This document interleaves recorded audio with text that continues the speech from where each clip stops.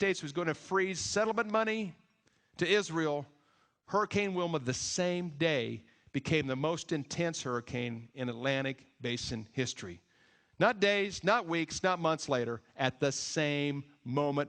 And hurricane came ashore, hit Florida on the southeast and southwest side, and has become the third most costliest hurricane in U.S. history.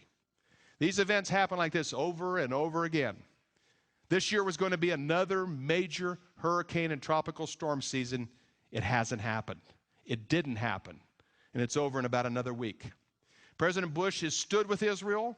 He refused to call on Israel to stop the war with Hezbollah, beside the fact 4 Saudis came to the White House 48 hours afterwards. President Bush says, and Tony Snow says, Israel has the right to defend themselves. President Bush accelerated the delivery of bunker-busting bombs and smart bombs to Israel during the war. President Bush has stated that Palestinians must fulfill UN resolutions, that they must fulfill the promise of stopping terrorism, and must acknowledge Israel's right to exist. Numerous things have been said for the last 5 or 6 months that have been very pro-Israel. President Bush in previous years would not have gone there. We delivered the book Eye to Eye 72 hours after Katrina. I've got a letter in my book from Karl Rove. Dick Cheney wrote me. President Bush had a businessman put the book in his hand at a fundraiser in Minneapolis. I sent him a book. Many other Christians have sent the White House letters and books and all kinds of things. They've been warned. Now we're going to see what happens from this point forward. Rice and Hughes and Laura Bush and Baker and all of these people think President Bush needs to go forward.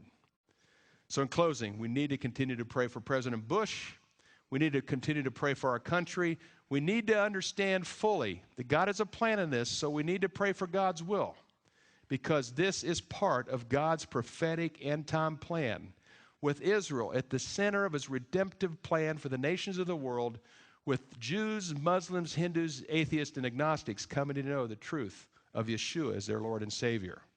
We're blessed. We're going to have an opportunity to watch this play out in the days ahead. And I hope we will all become better watchmen because of what we're hearing during this conference. Thank you very much. God bless you.